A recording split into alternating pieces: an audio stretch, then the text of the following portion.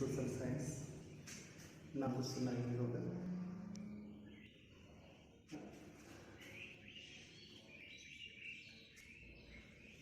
सामाजिक विज्ञान में कक्षा 10 में 4 बुक्स हैं।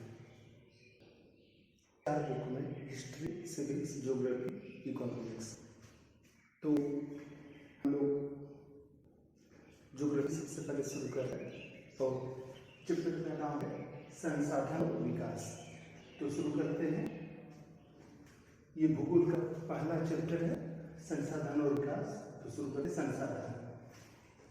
संसाधन प्रकृति में प्राप्त हुए वस्तुएं, संसाधन प्रकृति में प्राप्त हुए वस्तुएं हैं जो हमारी आवश्यकताओं को पूर्ण करती है, उसे संसाधन कहते हैं। वह व्यक्ति जो हमारी वह वस्तु है जो हमारी आवश्यकताओं को क्या करती है, पूर्ण करती है, उसे हम लोग क्या करते हैं, संसाधन कहते हैं। तो संसाधन कुछ भी हो सकता है। ये पेन है, ये पेन ही संसाधन है। तो क्योंकि ये हमारी आवश्यकताओं को पूरी कर रही है, इससे हम लिख रहे हैं, तो इसलिए ये संसाधन है।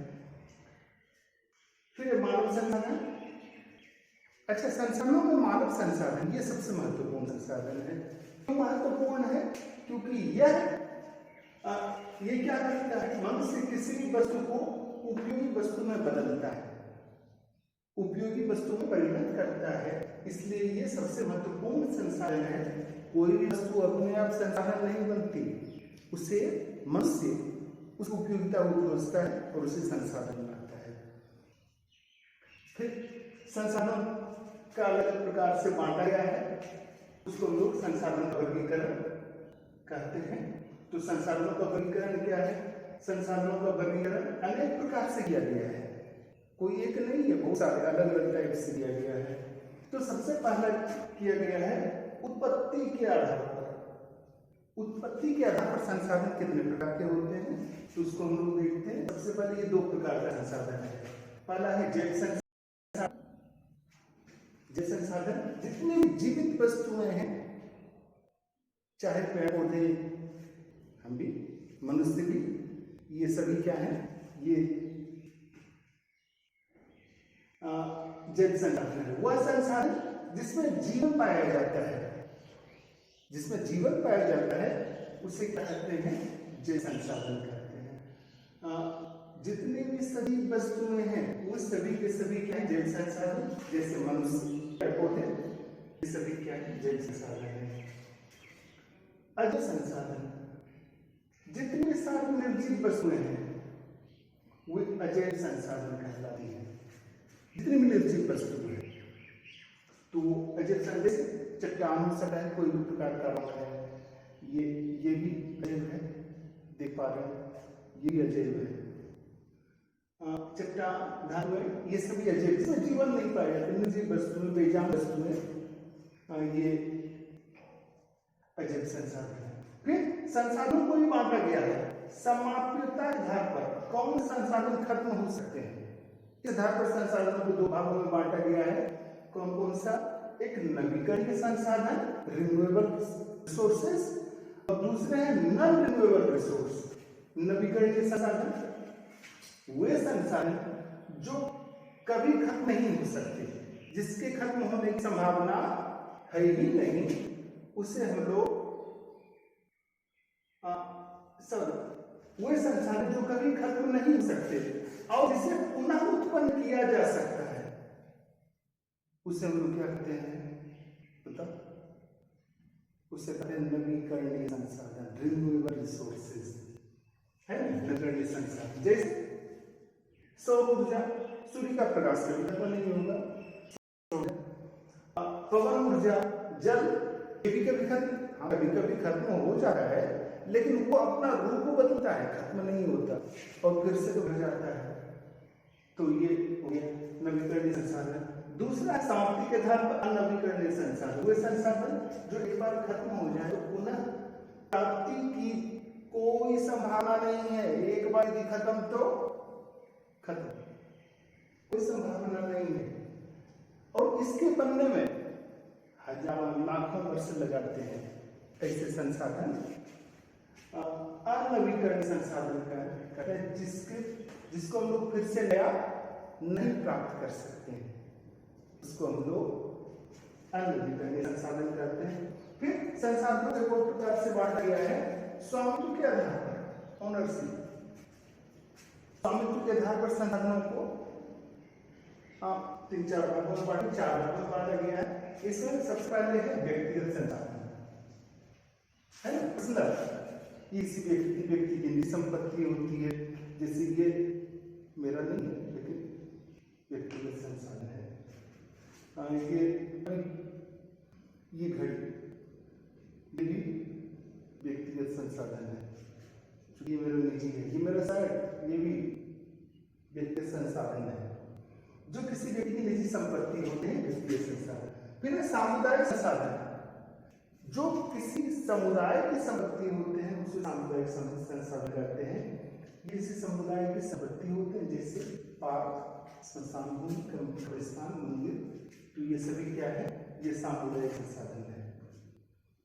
फिर उसके बाद आते हैं राष्ट्रीय संसाधन। अच्छा, सामुदायिक संसाधन है जैसे पार्क, श्मशान भूमि, कब्रिस्तान, मंदिर, ये हिंदू कम्युनिटी का, मुस्लिम कम्युनिटी का या क्रिश्चियन कम्युनिटी का अलग अलग सामुदायिक होता है, संसाधन है। राष्ट्रीय संसाधन, ये किसी राष्ट्र की संपत्ति होते हैं, दूसरे राष्ट्र वाले इसका उपयोग नहीं कर सकते हैं, और ये सिर्फ उसी राष्ट्र के लोग उपयोग करते हैं, और ये किसी देश की सीमा के अंदर में होते हैं, बाउंड्री में होते हैं, वो राष्ट्रीय संसाधन है। फिर उसके बाद आते हैं अंतर्राष्ट्रीय संसाधन, किसी देश की राष्ट्रीय सीमा से परे, भारत की सीमा से परे, इधर आपको ये नजर नहीं आना होगा, लेकिन ये इधर जो है ये भारत की संपत्ति है, और ये जो पानी वाला हिस्सा है, अच्छा, तो ये जो है इसमें भी कहा गया है कि 12 समुद्री मील यानी 19.2 किलोमीटर अप्रॉक्स, ये तो राष्ट्रीय संपत्ति होगी। उससे परे, उसके अलावा जो संपत्ति है वो अंतर्राष्ट्रीय संसाधन है, इसका उपयोग सभी कोई कर सकते हैं। ये किसी राष्ट्रीय संपत्ति नहीं, अंतर्राष्ट्रीय संसाधन है। फिर इसके बाद है संसाधनों के विकास स्तर के आधार पर इसको बांटा गया है संभाव्य संसाधन, वो संभाव्य संसाधन वो संसाधन जो है वर्तमान में जिसका उपयोग नहीं किया जा रहा है, और न ही इसकी मात्रा ठीक ठीक अभी ज्ञात है, उसे हम क्या कहते हैं, उसे कहते हैं संभाव्य संसाधन। दूसरा प्रकार है संसाधन विकास स्तर के आधार पर 4 भागों में बांटा है, संभाव्य संसाधन, दूसरे विकसित संसाधन, वो संसाधन उपलब्ध हैं और जिसका वर्तमान में उपयोग किया जा रहा है, एट प्रेजेंट इसका उपयोग हो रहा है, समझ रहे बात को, जिसका उपयोग किया जा रहा है, और इसकी मात्रा भली भांति ज्ञात है, कितना है, कितनी क्वांटिटी है, कितने दिनों तक चलेगा, उसको हम लोग विकसित संसाधन कहते हैं। उसके बाद आते हैं भंडार ये क्या संभाव्य संसाधन का ही टाइप है, भंडार और संचित को दोनों। तो भंडार ये संभाव्य संसाधन है, ये संसाधन प्रकृति में उपलब्ध है, लेकिन टेक्नोलॉजी के अभाव में, प्रौद्योगिकी के अभाव में इसका उपयोग नहीं किया जा रहा है। भविष्य में कभी होगा, अभी टेक्नोलॉजी वैसी है नहीं। जैसे प्रौद्योगिकी के अभाव में जिसका उपयोग नहीं किया जा रहा है, उसे हम लोग क्या कहते हैं, भंडार कहते हैं। जैसे जल, H2O, ये 2 उपयोगी वस्तुओं का क्या है, ये भंडार है, हाइड्रोजन का और ऑक्सीजन का। लेकिन अभी कोई टेक्नोलॉजी नहीं आई जिससे हम लोग जल को तोड़ करके हाइड्रोजन और ऑक्सीजन बना सकते हैं। यह है भी तो बहुत खर्चीली, मतलब इजी मेथड नहीं है, तो ये कर रहा है। और उसके बाद संचित कोष, वे संसाधन जो उपस्थित हैं पर जिसको भविष्य के लिए, फ्यूचर टाइम के लिए जिसको छोड़ दिया गया है, ये संचित कोष कहलाते हैं। भविष्य में इसका उपयोग किया जाएगा, जैसे बांध का पानी, डेल्टा जो पानी है, फिर वन, ये क्या है, ये हमारे यहाँ संचित कोश है, इसको भविष्य के लिए छोड़ दिया गया है, बाद में पढ़ते हैं।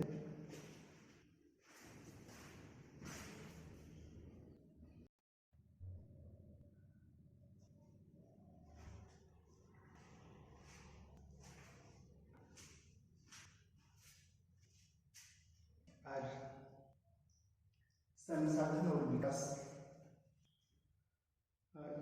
जो का ये दूसरा हिस्सा है, तो शुरू करते हैं। संसाधन के ह्रास होने के कारण बहुत सारी समस्याएं बढ़ी है। जिस तरह से संसाधनों का अंधाधुंध उपयोग किया जा रहा है, इससे विभिन्न प्रकार की समस्याएं बढ़ी हैं। तो क्या क्या समस्याएं बढ़ी है? तो उसका है संसाधनों की कमी हुई है। कुछ संसाधन बिल्कुल लुप्त हो गए हैं, खत्म हो गए हैं, और कुछ संसाधनों का अति उपयोग से बहुत ज्यादा उपयोग हो रहा है। इसकी वजह से कुछ प्राकृतिक संकट उपस्थित हुए हैं, जैसे पोल्यूशन बढ़ा है, और क्या है, ओजोन परत का क्षय हुआ है। तो ये सब समस्याएं बढ़ी है। अब ये है कि ये सबसे बचने के लिए सतत पोषणीय विकास ही एक अच्छा तरीका है। तो सतत पोषणीय विकास क्या है? तो ये संसाधनों का वो प्रक्रिया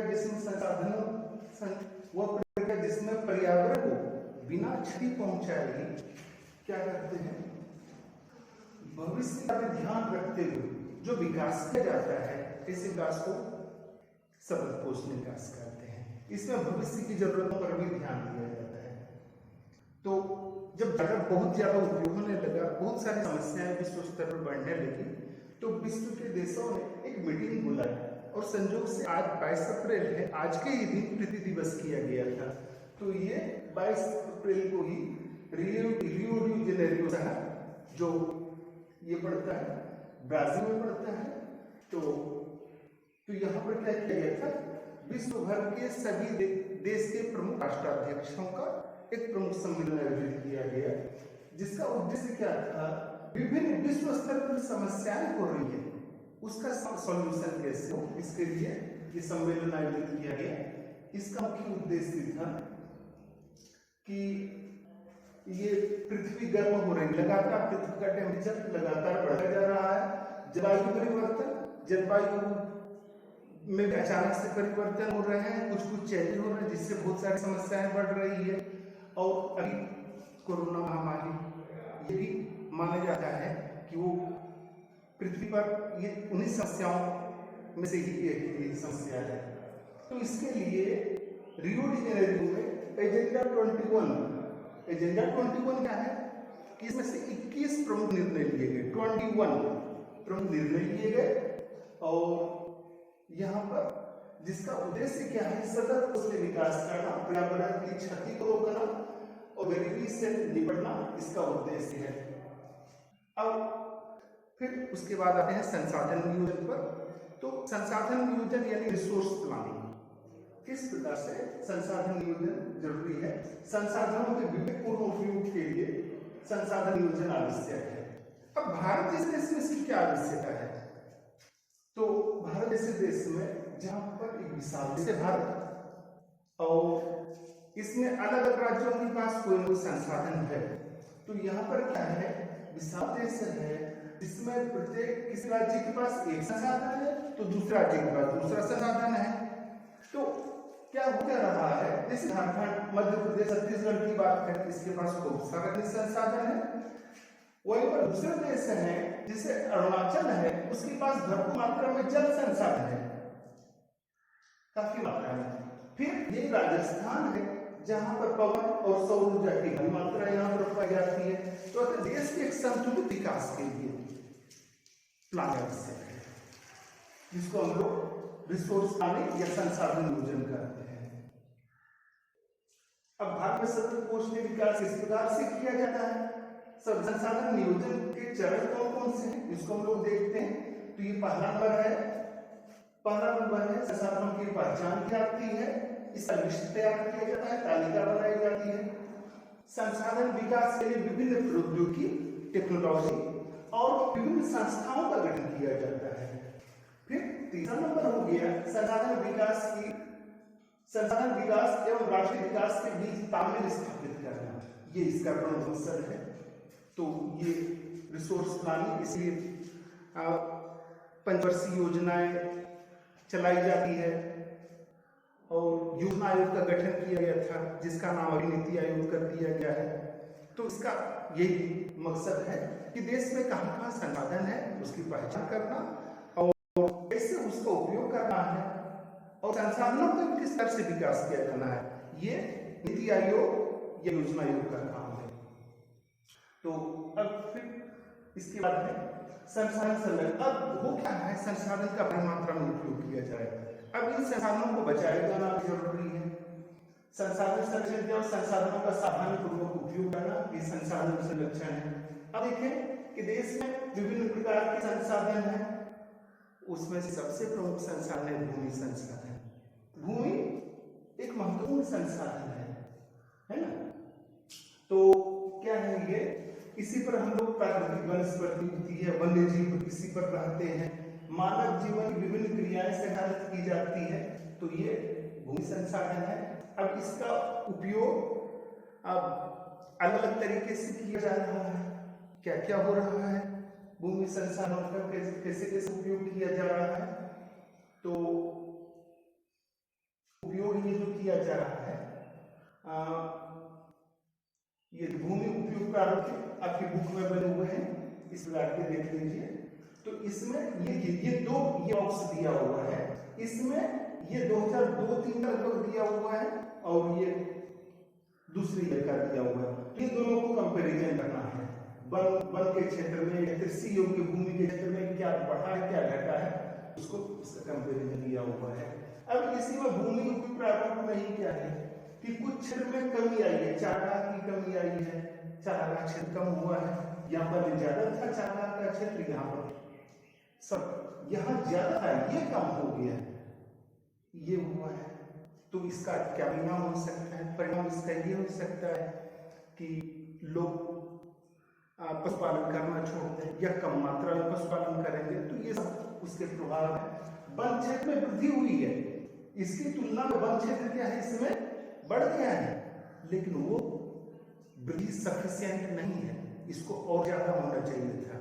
जो राष्ट्रीय वन आयोग वन नीति बनाई थी 1952 में, उसमें कहा था 1/3 क्षेत्र 33% क्षेत्र क्या होना चाहिए, ये वनों का क्षेत्र होना चाहिए, जबकि ये सिर्फ 22% तक ही आया। तो ये वृद्धि हुई है लेकिन बहुत ज्यादा भी नहीं है।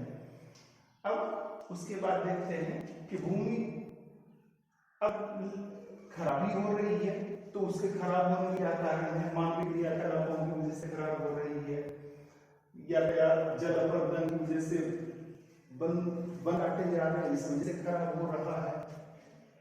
इसके बाद मृदा एक महत्वपूर्ण संसाधन है, क्योंकि इसी पर क्या होता है, पेड़ पौधे इसी पर होते हैं, पेड़ पौधे पनपते हैं और जिसको खा करके जीव जंतु जीवित रहते हैं, तो इसलिए मिट्टी भी बहुत महत्वपूर्ण संसाधन है। फिर उसके बाद आते हैं मृदा का वर्गीकरण। अलग अलग प्रकार की मिट्टी होती है, जरूर मृदा ये नदियों द्वारा लाई गई मिट्टी, उनके विशेष से तैयार किए जाते हैं और नदियों के द्वारा लाई गई मिट्टी से ही ये इसका निर्माण हुआ है, जिसको जरूर मृदा कहते हैं। फिर जब मृदा को दो भाग में बांटा गया है, एक है बांगर और दूसरा नंबर है खादर। बांगर पुरानी मिट्टी है और खादर ये नई मिट्टी है। दूसरी मिट्टी है लाल, कम वर्षा वाले क्षेत्र में यहाँ पर पाए जाते हैं। तो फिर उसके बाद में है तीसरी मिट्टी है लेटराइट मिट्टी, उस एरिया में पाए जाते हैं जहाँ ज्यादा वर्षा ज्यादा टेम्परेचर वाला क्षेत्र है, यहाँ पर ये मिट्टी उगती है, वो मिट्टी होती है। ऐसी मिट्टी मुख्य रूप से कर्नाटक, केरल, तमिलनाडु आदि क्षेत्रों में। अच्छा, यहाँ की प्रमुख फसल काजू है।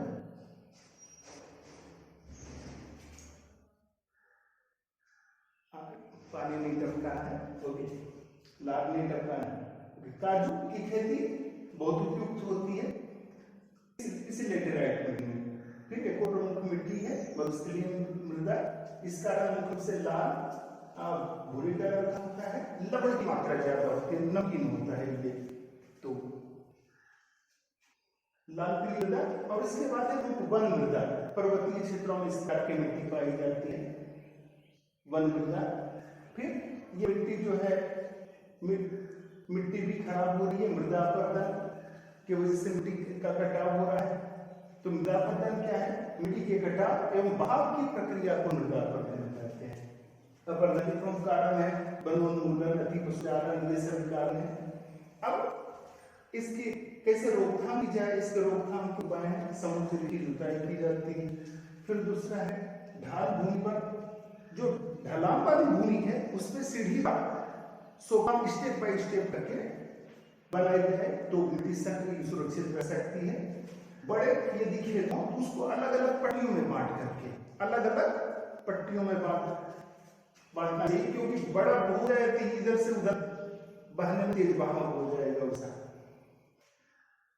फिर फसलों के बीच में घास की पट्टी उगाई जाती है, और उसके बाद रक्षक मेखला, मतलब ये कि पेड़ पौधे कतार से यदि लगाए जाते हैं तो शुष्क क्षेत्रों में मरुस्थलीय ये क्या कहते हैं के प्रसार को रोकने के लिए हवा की गति को धीमा करने में मदद मिलती है। तो ये था, और उम्मीद है आपको बहुत अच्छा लगा होगा। Thank you.